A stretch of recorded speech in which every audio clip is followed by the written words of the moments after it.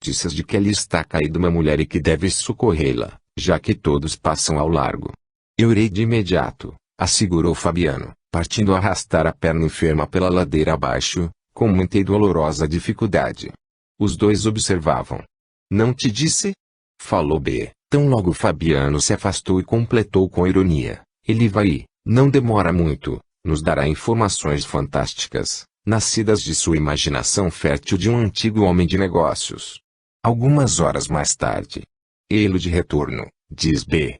E, dirigindo-se a Fabiano, que se locomovia com dificuldades, perguntou-lhe, prestaste assistência à mulher, irmão Fabiano? Oh. Sim. A pobrezinha estava em desespero e ferida.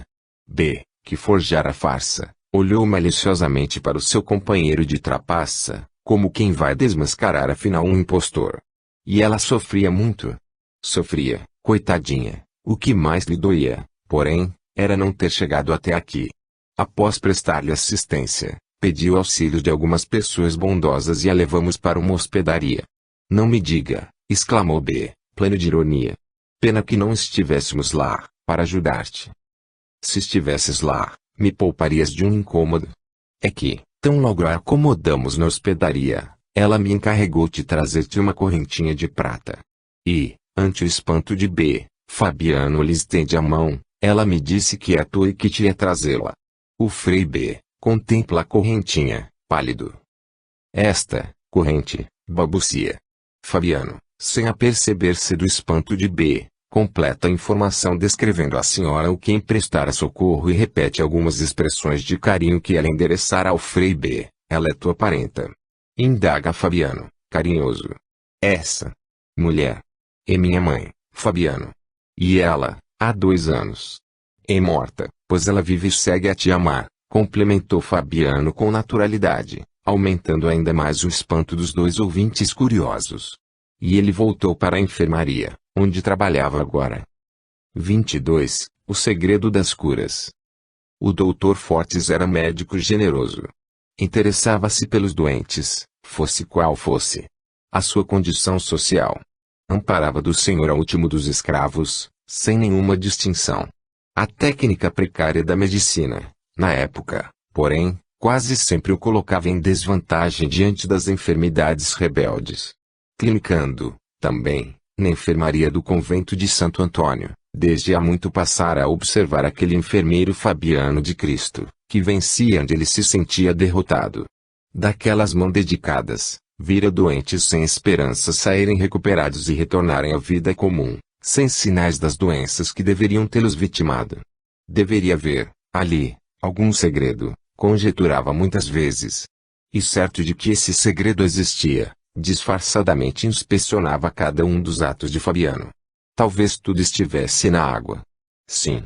É que a cada doente em estado grave, Fabiano ministrava uma porção de água.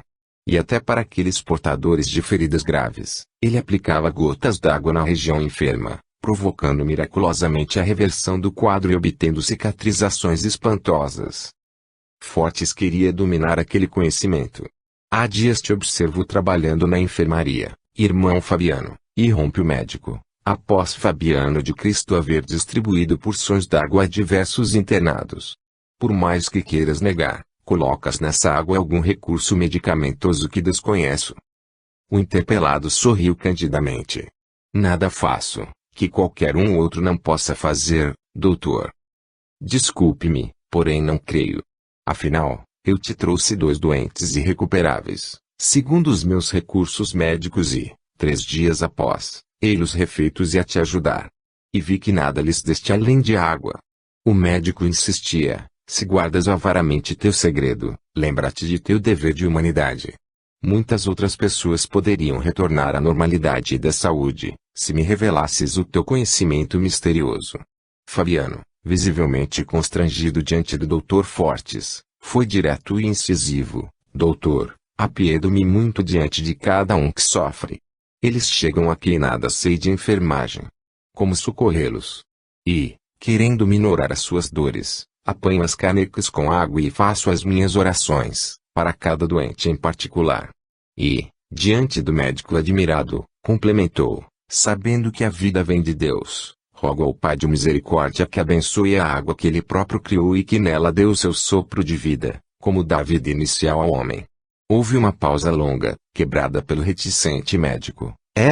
E sabendo que o Pai atende a todas as súplicas desinteressadas, sei que a água se transforma num santo remédio. O que Deus coloca nela, nunca perguntei.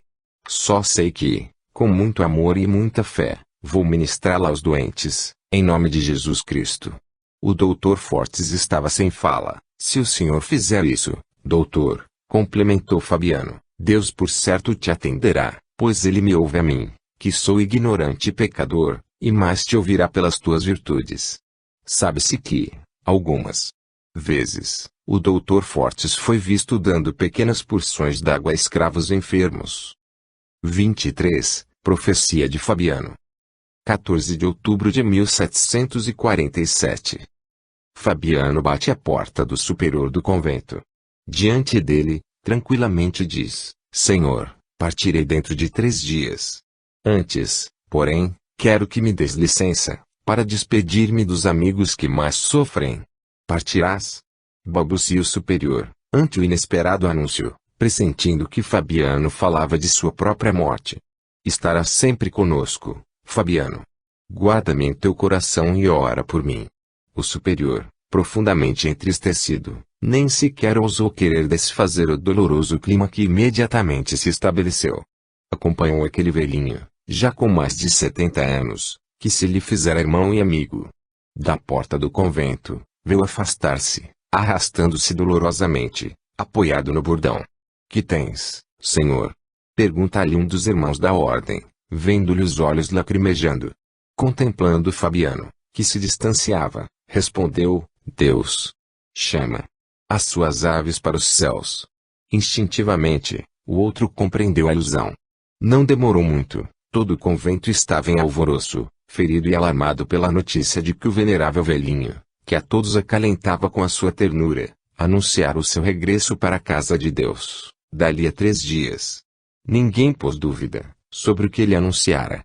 Muitos já choravam a sua ausência, discretamente, orando ao Pai para que não o retirasse tão já daquela comunidade cristã.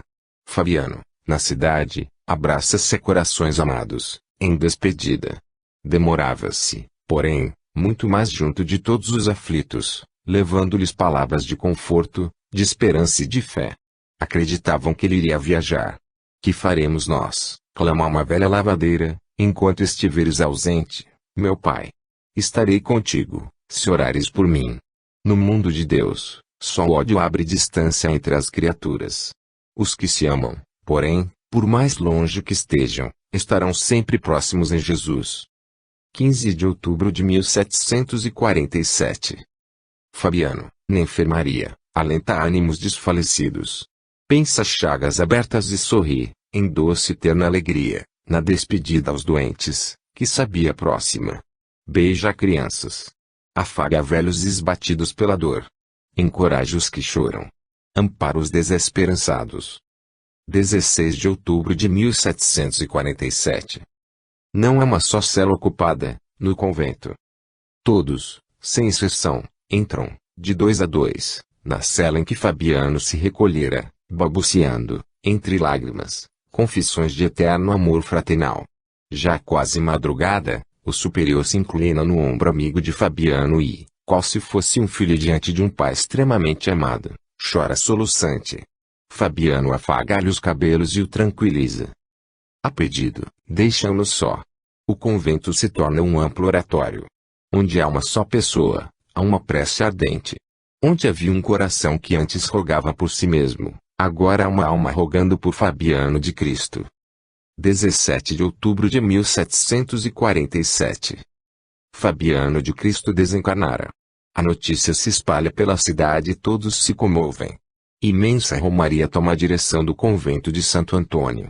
O governador Gomes Freire de Andrade, assim que informado do acontecimento, abandona todos os seus afazeres e dirige-se, de imediato, ao convento. É quase o primeiro a entrar na câmara mortuária. Aproximando-se do corpo de seu admirável benfeitor, vê aqueles pés descalços pela humildade que palmilharam pela cidade levando ânimo a tantos desfalecidos e infelizes.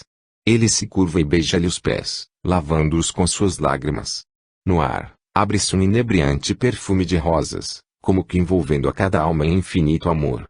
O pai dos pobres despedia-se. 24. No grande dia.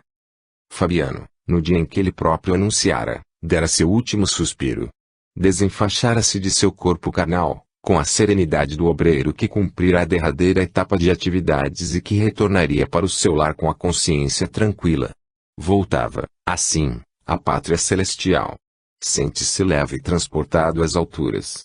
Ao longe, divisa uma multidão que vem a seu encontro.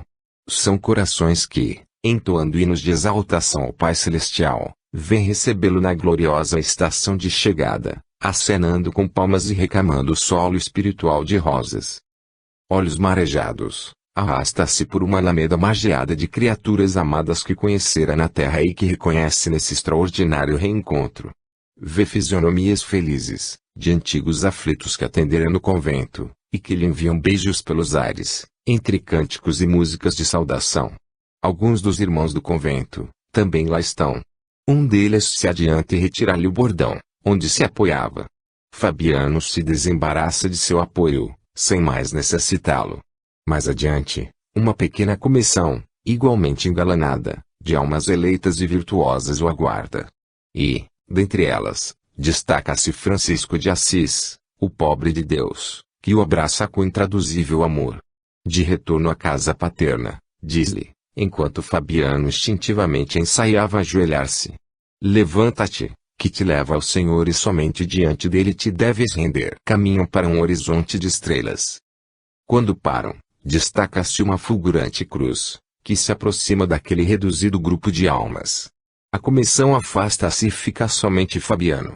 Filho, diz a voz divina, transfigurando-se a cruz no próprio Mestre, recebes hoje a coroa da vida, que meu Pai reserva aos eleitos de seu reino, por teres perseverado no bem até o fim. Aí Fabiano não resiste de emoção e cai de joelhos. Em pranto convulsivo, sente-se pequeno demais, apagado demais, para viver aquela visão e aquele momento extremamente sublime. Sente a mão divina roçar-lhe o ombro. És bem-vindo ao reino do Pai, Fabiano, e, de cabeça baixa, ele ouve o Senhor dizer-lhe: podes, agora, escolher o mundo feliz a que tens direito de ingresso. No silêncio sideral, há melodias. A brisa é encantadora. As flores são gotas coaguladas de luz. Pássaros revoam sobre a sua fronte.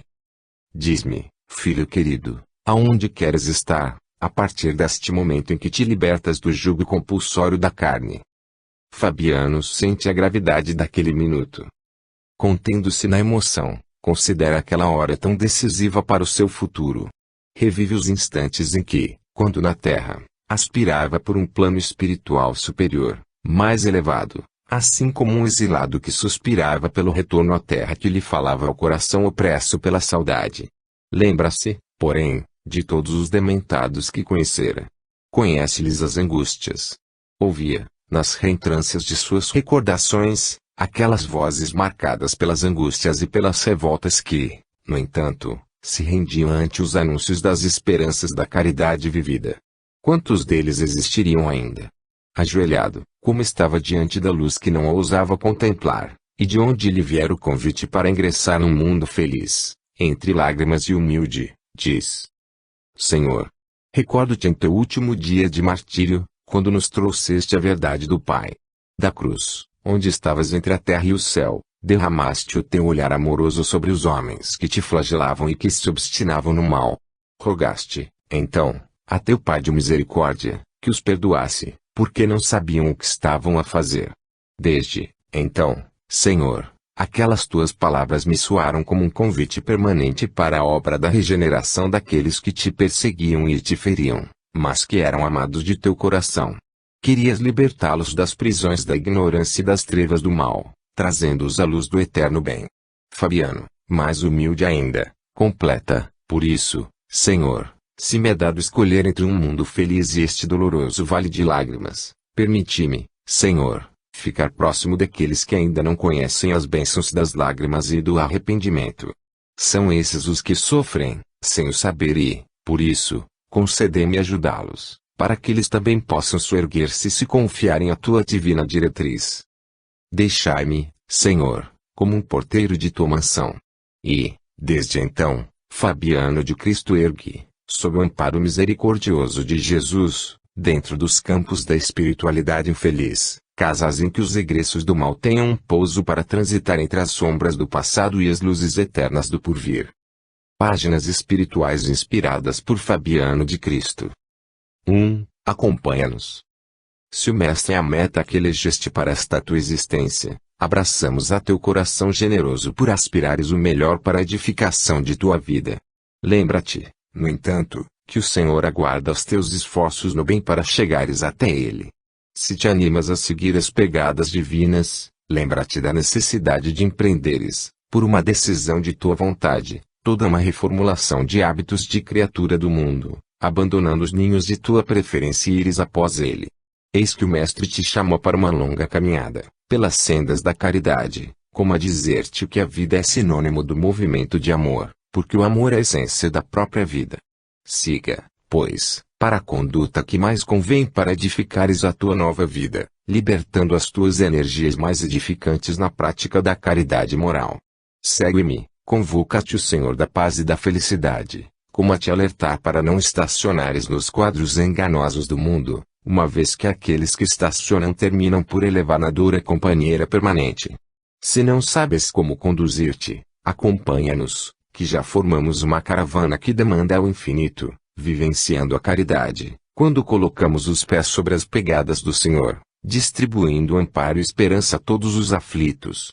Acompanha-nos, sendo mais um que se incorpora no bem, porque o Senhor nos espera, justamente ali onde a dor fez cair mais um irmão nosso, nas lutas de evolução. 2. Por que choras? Se a vida te convida ao exercício da renúncia, por que choras, sem reconhecer a bênção da lição e do refazimento? Se o companheiro não te interpreta ajustadamente os propósitos, por que choras, sem nele reconheceres o irmão carente de ajuste e reajuste que o destino te deu para edificar? Se os choques familiares te levam a repensar sobre as tuas convicções nascentes, por que choras, perdendo de recolher o estímulo para que reveles o crescimento de tua convicção? Se o trabalho te fere e te angustia, com as suas exigências de disciplina sempre renovada, por que choras se devias interpretá-lo como as leis de Deus em teu benefício? Se te comparecem os filhos com ingratidão e exigências despropositadas, por que choras, se são as tuas vítimas que retornam à porta de teu coração, rogando-te por paciência e reeducação? Se a criatura enferma, o homem faminto, o delinquente contumaz, a velhinha esclerosada te rogam a toda hora, por que choras, aspirando por campos novos e vida mais ampla, se todos eles são uma singela parcela do Senhor da vida que te levam a garimpar na lama de tua alma, para que descubras o ouro na bateria da caridade redentora? Por que choras por ti, quando seria edificante que chorasses por todos aqueles que, de tanto multiplicar os próprios sofrimentos, hoje se sentem incapazes de verdadeiramente derramar as lágrimas da resignação que lavam a alma e fecundam as sementes da própria alma, traçando as sendas redentoras? Não chores por ti, para que não te afogues na dor fantasia, no sofrimento fictício, na ansiedade que consome e extingue os dons da verdadeira vida. Se lágrimas tens, converta-as em gotas de suor, a banhar-te as faces nas tarefas do próprio bem e só, então, poderás seguir com a cruz de teu passado em busca de um futuro de luz. 3. Se queres, venhas. Estamos contigo. Se te conflitas como o mundo, aspirando a vivenciar o bem, diante do mal que se te antepõe a cada passo, recolhe-te nos braços do Senhor Jesus, em busca das forças que te faltam. Não esmoreças, porém, no campo da fé, seja qual for o obstáculo que se erga entre ti e teu companheiro, entre ti e teu próximo ou entre ti e teu inimigo. Erga a bandeira sublime da caridade que tudo pode e tudo faz e segue adiante, sob o amparo da misericórdia divina. Já te vimos, sim, noite adentro, a chorar no silêncio de teu coração e a rogar por amparo e compreensão diante de atrozes sofrimentos. E por te ver em oração sempre estamos a te dar as mãos, porque na grande caravana em que se vai deste para planos superiores, tu és parte e estás contado entre os que se recolherão à direita do Pai, se até o final desta existência, te doares, sem condições particularistas e sem interesses pessoais, no campo do bem.